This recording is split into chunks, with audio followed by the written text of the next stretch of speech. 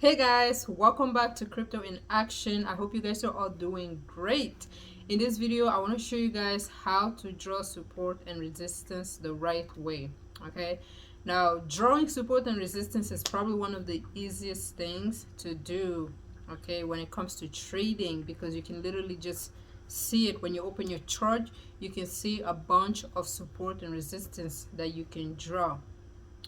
But are you drawing it the right way? That is the question, because if you're not drawing the support and the resistance that you're seeing in the chart the right way, you are putting yourself at high risk to lose a lot of money. Okay, and you're also putting yourself at risk of miscalculating your stop loss and your take profit. It is not good. Okay, so if you're making a mistake of drawing the support and resistance the wrong way, don't worry. In this video, I'm going to show you exactly how to correctly draw the support and resistance in the chart. And once you start drawing the support and resistance the right way, you're going to notice that you're going to be able to properly calculate your stop loss and your take profit, and also it will make you to become a way better trader. Okay, so without much further ado, let's get right into it. I'm going to be sharing my screen with you guys, and yeah, let's get right into it. All right, so I'm going to be using Bitcoin as an example here for drawing the support and resistance. Okay, so whenever you are trying to draw the support and resistance, you want to start out by looking at the monthly time frame. Okay, because the monthly time frame is a bigger time frame. Okay, you need to start out by looking at that time frame, and then you go all the way down from the monthly time frame down to the weekly to the daily, and then start looking at the support and resistance from the 4 hour and so on. Okay, now the reason why you want to start out by looking at the monthly time frame, the support and resistance there have more power. Okay, they have more power, and when the price comes near these support and resistance, the price tends to make a way bigger move. Okay, compared to the support and resistance that you will find on, say, the 4 hour time frame or the 1 hour time frame. So that's why it's very important that you start out by drawing the support and resistance on the bigger time frame, such as the monthly time frame. Okay, so we're going to start out here. Now, when you're drawing the support and resistance, this is probably what you are doing. Okay, you may or may not be doing this, but you may be using a trend line. Okay, so you go here, you take the trend line on TradingView, and you go ahead and then just draw one skinny line like that.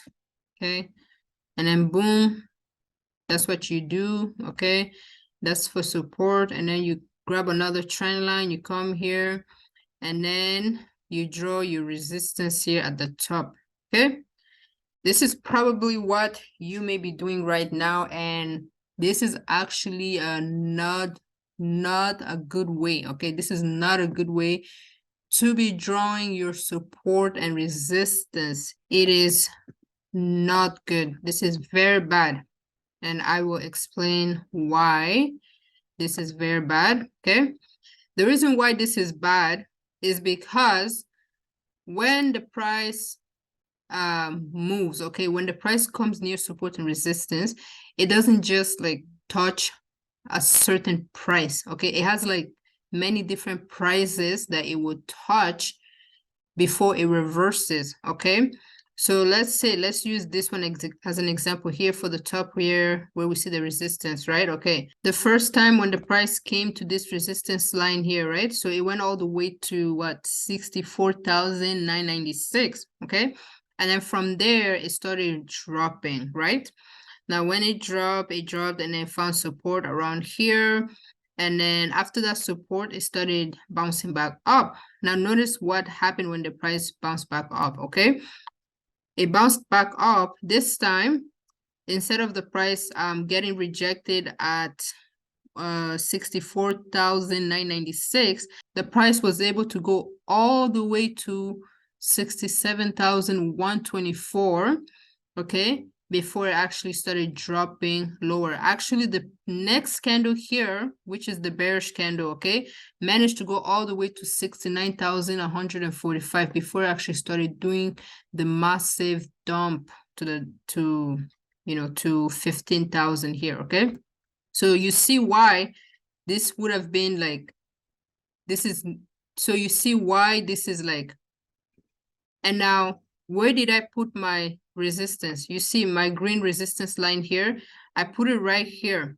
Now imagine if I was trading this and I put my resistance line right here, right? Below this two candle here, these two candles here with bodies on them, that's where my resistance is, okay? Now imagine if I was to see this, I see that the price actually broke this line. I would have gone ahead and actually long the market because I'm like, oh, the market broke my resistance, okay? I would have gone ahead and actually long it. And I would do this because let's see if I go to the, let's see the daily time frame, okay? So on the daily time frame here, if I looked at it on the daily time frame, we can clearly see, okay, I think it's right over here, okay? We can clearly see that here on the daily time frame, the price actually broke this resistance here. It broke it, so I would go ahead and actually long, thinking that the price is going to go higher. But this would have been a big trap. Why is that a trap? Because if I go back to the monthly time frame here, you'll see what actually ended up happening is that the price actually started crashing. So me going long when the price broke this resistance here would have been a very bad move, okay? So instead of drawing the support and resistance as a single line, it's actually better to draw it as zones, okay? Because the price, it doesn't just get, say, rejected at a single price, okay? It gets rejected by different types of level. Sometimes the price might go all the way. Like for this example, the price went all the way to 64,996 and then it dropped from there. But then the next time it managed to go all the way to 67,000 and then dropped. Okay, so how do I identify a zone, or how do you identify a zone that you can mark as a support or resistance? This is how. Basically, you need to be able to see the wicks, okay? You have to see where the highest, so for resistance, you want to be able to see where the highest wick is, okay? The two highest wick are, then you draw your line there, okay? I'm going to use this line, but there's a better tool that you can use to draw it, but let's just use this example, okay? Let me delete this one actually. So we'll look at where the two highest wicks are. For this example, obviously it would be this one right here, right? Okay, so I'll go ahead and grab my trend line, and then I'll put my trend line here at the top of the highest wick right there, okay? And now the next trend line, I want to draw it where the two highest, like the candles that have bodies, okay? That have body, it could be full body or half body, it doesn't matter, but they have bodies, and then they are the highest body, okay? When it comes to resistance, I want to draw my trend line on the candles that are the highest, and then they have the body. I don't know if that makes sense, but anyways, it will, in this case, it will be this two candles here. So I'll go ahead and grab my trend line, and then I will draw it right there, okay? So I'm starting literally right at the end of the body right there. So I draw the resistance like that. So now this is a zone between here, okay, between this one here and then the one at the top. This is the zone that I am marking as the resistance.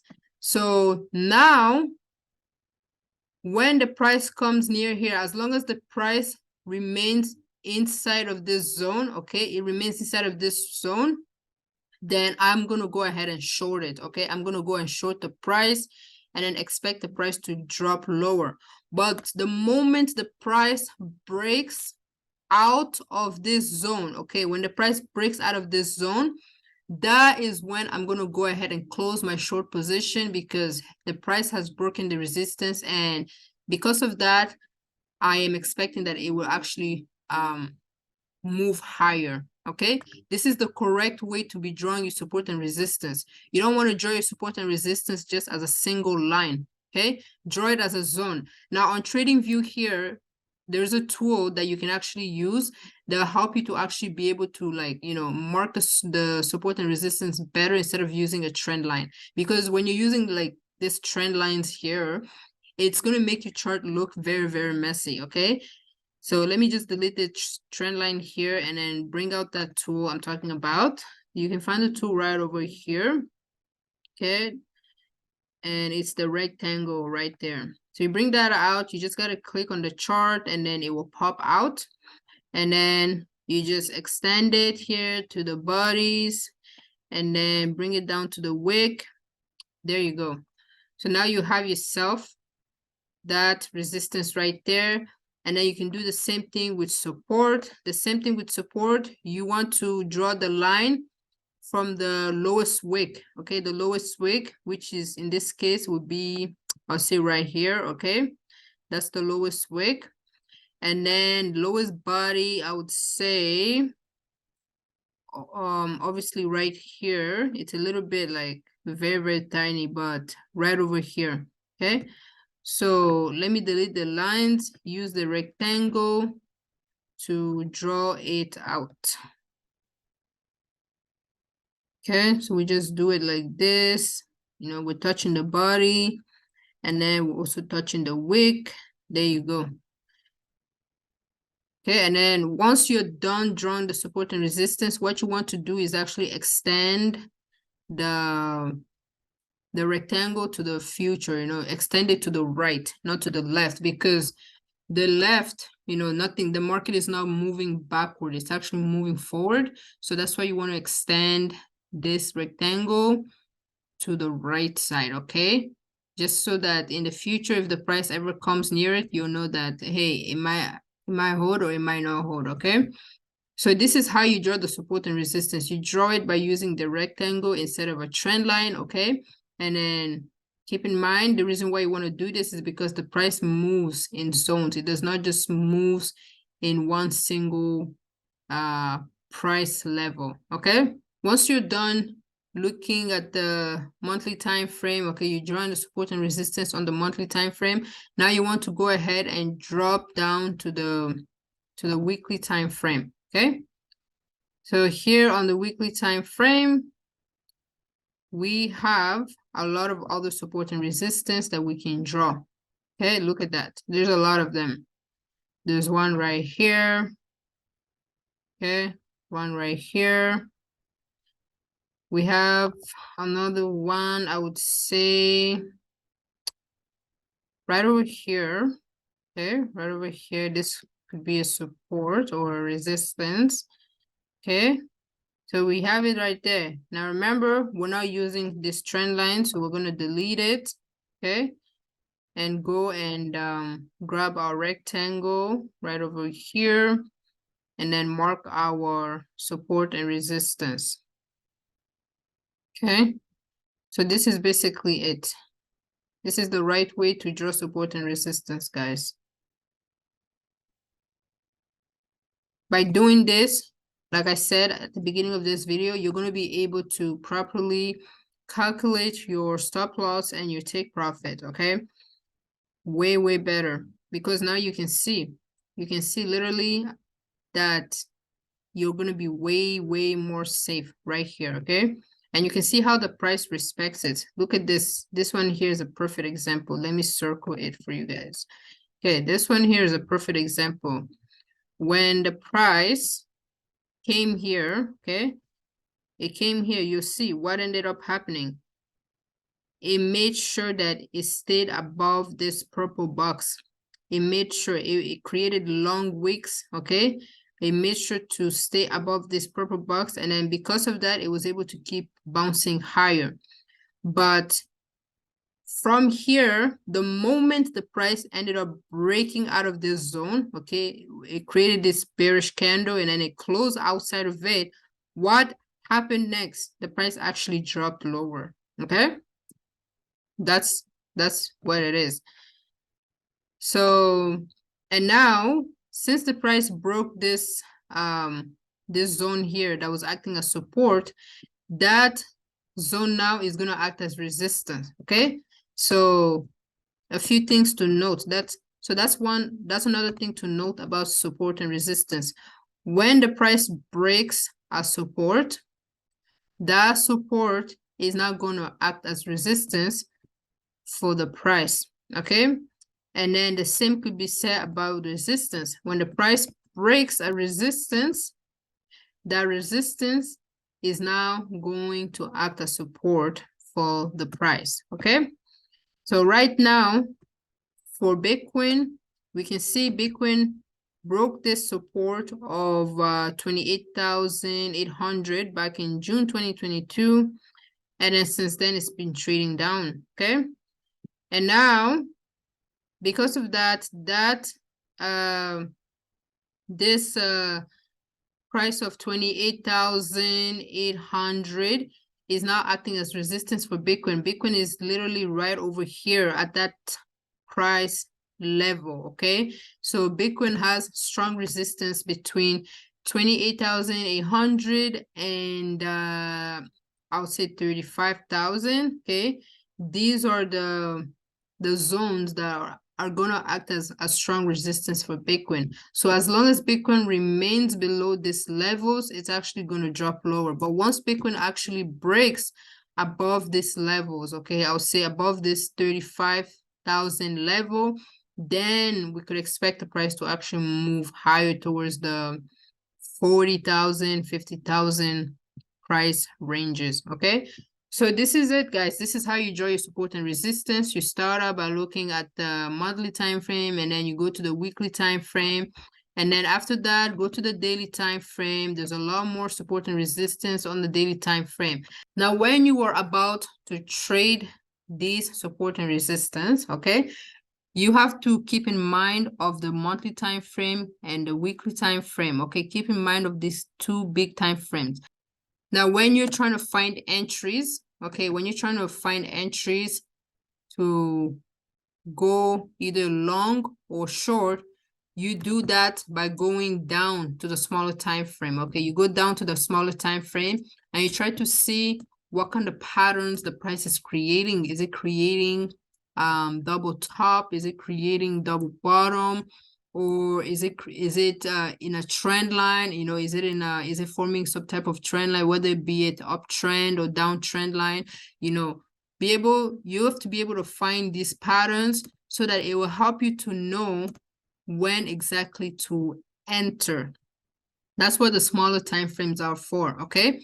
But another thing is that if you're trading, if you're placing trades based on the support and resistance that you see on the, say, 1 hour time frame or say 30 minutes or 5-minute time frame, just keep in mind that that support and resistance is a short term, okay? Don't expect those support and resistance to hold for days or weeks or months. Just know that those support and resistance that you draw on the 1 hour time frame or 30 minutes or 5-minute time frame, they're only going to be there for temporary, okay? So just keep that in mind. However, the support and resistance that you see on the monthly time frame or the weekly time frame or the daily time frame, those support and resistance are going to be there for a very long time. I would say even months or sometimes a few years, especially on the monthly time frame. That support and the resistance will be respected for months and months and months. So there you have it, guys. This is how you draw your support and resistance. I hope you guys enjoyed this video. If you did, give it a thumbs up and subscribe to the channel for more videos like this. Have a great day, and I'll see you in the next video.